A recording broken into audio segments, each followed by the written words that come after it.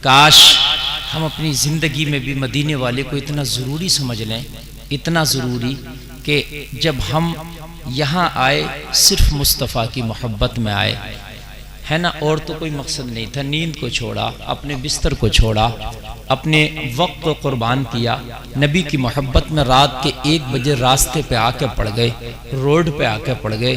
کس لیے پڑ گئے؟ اس لیے پڑ گئے کہ تاکہ نبی کے غلاموں میں ہمارا نام لکھ جائے، نبی کے منگتوں میں ہمارا نام آ جائے۔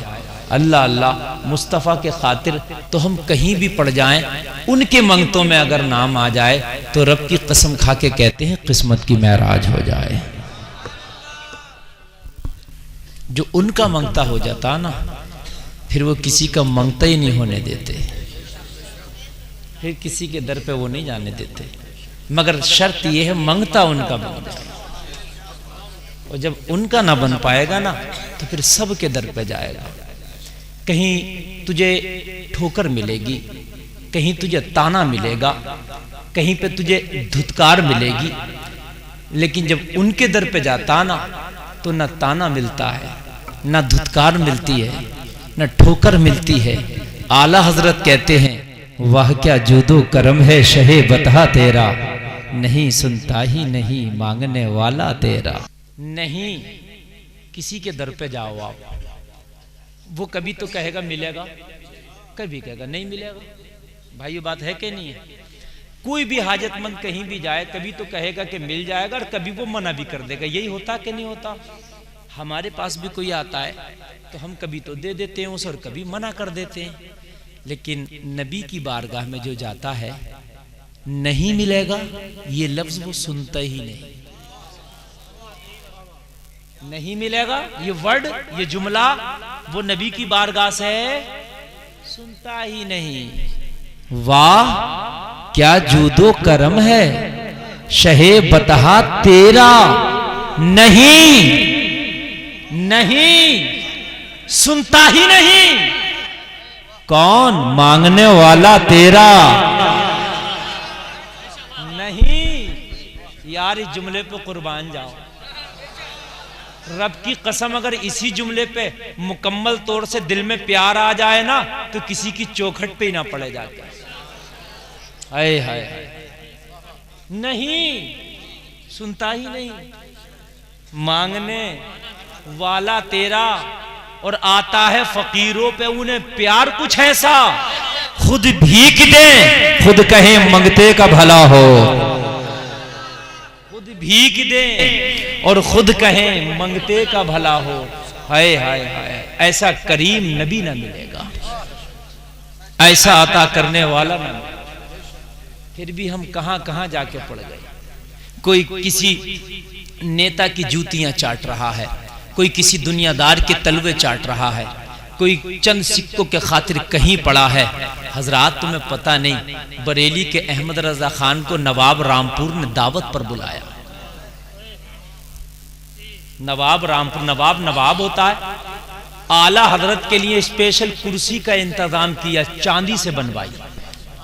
میں تقریر کرنا ہے، آپ نے صوفہ ڈلوایا، سید صاحب تقریر کرنا ہے، صوفہ ڈلوایا، ہمارے لیے اسپیشل آپ نے انتظام کیا ہے نا۔ بھئی ہمارے مہمان ہیں، یہ خصوصی مہمان ہیں، اس کے لیے ان کے لیے کھانا بھی اچھا رہنا چاہیے، ہے نا، بستر بھی اچھا رہنا چاہیے۔ ہر میزبان کوشش کرتا اپنے مہمان کے لیے۔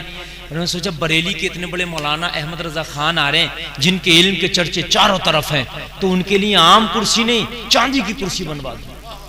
مطلب اب نواب تھا، اس کے لیے تو حکم دینا تھا بھائی، اس کے لیے کوئی مشکل تو نہیں، وہ سونے کی بھی بنوا دیتا۔ اس نے چاندی کی کرسی بنوائی اور اپنے ایوان میں رکھوائی۔ اعلیٰ حضرت سرکار رامپور تشریف بھی لائے۔ سبحان اللہ، ہے نا۔ آج کوئی مولانا کہیں جاتا ہے، اللہ معاف کرے، سب سے پہلے تو میں ہی مولانا ہوں، میں اپنے آپ کو کہہ رہا ہوں، سمجھ رہے بھائی، اوروں کی تو بات کو کوئی اپنی طرف نہ لے کے جائے، میں تو خود ایک مولانا ہوں۔ تو ہم کسی کے دبدبے سے ڈر جاتے ہیں، کسی کے روب سے ڈر جاتے ہیں، سمجھ رہے ہیں آپ، حق بات نہیں کہہ پاتے، اور کچھ لوگ حق بات کہنا چاہتے ہیں مگر انہیں عوام نہیں کہنے دیتی۔ وہ امام ہے کسی مسجد کے، کیا کریں؟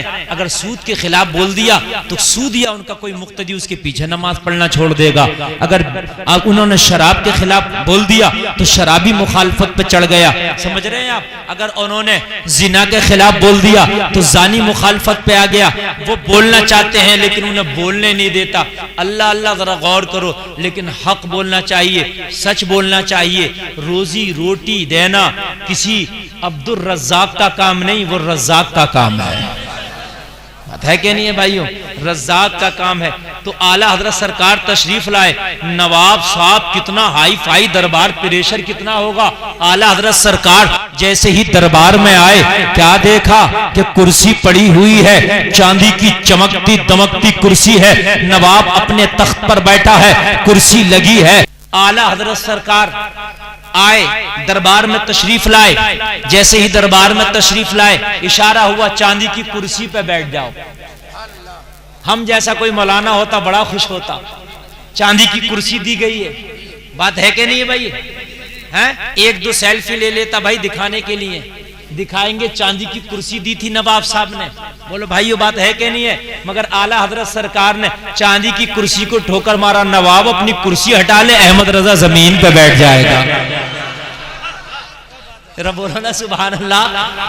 یار ڈر بھی تھا، ہونا چاہیے تھا، کتنا بڑا نواب ہے، چاندی کی کرسی ہے، پتہ نہیں کیا کرے گا۔ نواب نے کہا احمد رضا کیا بات، میری چاندی کی کرسی کو قبول کیوں نہیں کیا؟ کہا مرد کے لیے چاندی کا استعمال جائز نہیں ہے، اس لیے میں نے تیری کرسی کو ٹھوکر مار کے زمین پہ بیٹھ گیا ہوں۔ اللہ اللہ ذرا غور کرو یار، یہ ہے ایمان کی مضبوطی۔